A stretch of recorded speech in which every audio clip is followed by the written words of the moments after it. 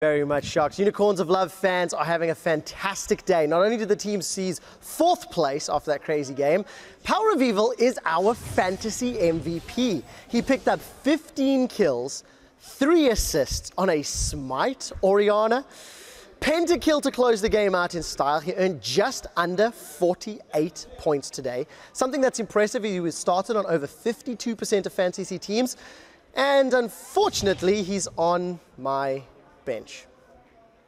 Now, with the playoff race coming down to the wire, we also wanted to highlight the 5 OP pros that pulled out all of the stops this week. Let's kick things off with somebody who is on my fantasy roster. It is NukeDuck. He picked up 44% kill share. He dealt 40% of his team's damage, playing both Victor and Varus. And we're finding that NukeDuck is coming into his groove just a little more as the weeks are rolling on. His Varus is still arguably his strongest champion, though. And Rocket, maybe that late season surge for playoffs. Next up, a man that also turned his fate around, it was Freeze. He went deathless this week at 24 KDA, and that performance earlier today was absolutely phenomenal. 18, 0, and 6. Always in the right position, always dealing the right amount of damage, and the Copenhagen Wolves pulling off what I consider the biggest upset of the summer split. So congratulations to Freeze and the Wolves for keeping their hopes alive just a little bit longer.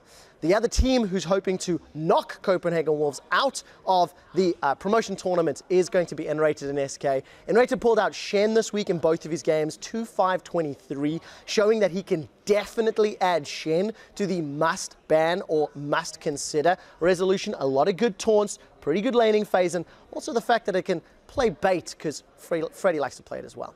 Next up on our list is going to be another mid laner. It's going to be Froggen. He continues to show up the metronome of elements, if you will, 48% damage share in 2 games of Varus. He was roaming yesterday for some early kills in other lanes rather, to help out his team and really just continuing to show that Froggen is relevant, but unfortunately not always picking up the wins that Elements needs. They're fighting for their lives to make it to the playoffs. Finally, how can we not have Power of Evil once more? We've added him as our 5th player. So chance from the audience. Pentakill on that Smite TP Orianna. Fantasy MVP. 15 kills today. You know what? If PoE goes huge, then the Unicorns might go huge once more in the playoffs. So that's our 5 OPs. The Penta coming in at the end. Exquisite. Congratulations to Power of Evil and Unicorns of Love and everybody else on our OP5. But to wrap up who the MVP is for the week, we're going to head back over to Sharks and the gang for a look at the most valuable player.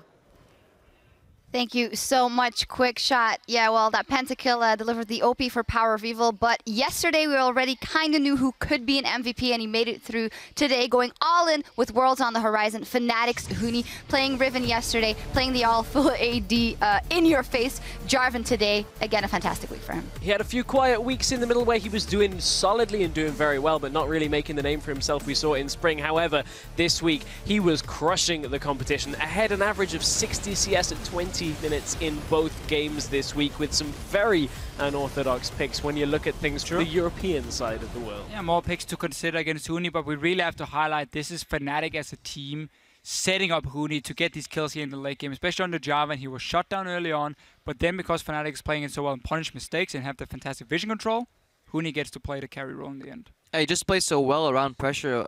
Elements obviously had a counter to him in the Janna in these team fights, so if they grouped up against each other, Huni would have issues trying to find somebody to get out. So he later in the game he just managed to sneak around, get 1 pick here, and once he gets that 1 kill going, he just went on a rampage, sniped out tabs in the river, later followed up on Froggen in the jungle too. And then if you give them an inch, like they'll take everything. Fnatic as a team holistically and Huni as a player too, and it's phenomenal to see how he came in just unknown, say half a year ago, and he's totally dominating top lane, and he's people are saying, yeah, world class.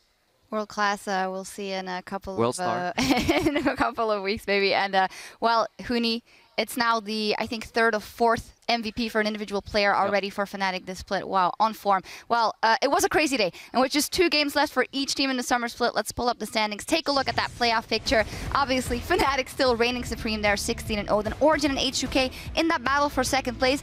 Super interesting evolution just across the 2 days. Gambit, they were doing great yesterday. Then today they lost, so typical EU LCS all over. Yeah, I think that's it. I mean, our middle-of-the-table teams remain inconsistent. We just thought Gambit were getting better and better now. They look to be the stronger of like Giants and Unicorns and Love, and then we have a game like this here where Unicorns honestly had fairly easy time once we hit the mid game to just get a massive lead.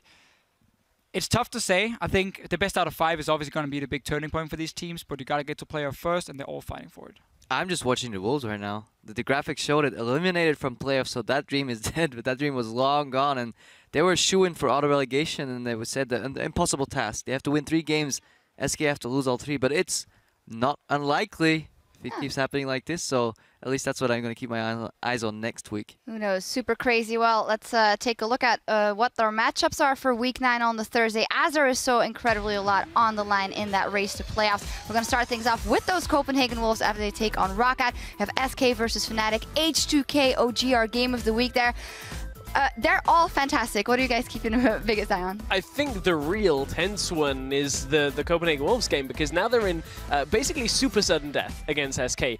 Whichever team either in Copenhagen Wolves situation loses or SK wins, that's it. Copenhagen Wolves are done. They have to have SK lose and they win to even be in that spot for going into day 2. I just keep looking at the middle of the standings here with these teams fighting. We have Unicorns taking on Giants, basically a head-to-head match for playoff spots. We have Gambit versus Elements as well. Elements want to try and make sure they don't go down to the promotion tournament. And Gambit obviously want to bounce back now and show they are a serious contender in the playoffs as well. So super exciting matches there. Yeah, if you guys are watching that, I'll just watch Fnatic. That's fine. You get Fnatic. They're 16-0 right now. They're on the verge, on the cusp of going 18-0. And then there's always a debate. How much are they experimenting right now? Is Fnatic holding back in terms of practice? You know, are they going lighter on the schedule?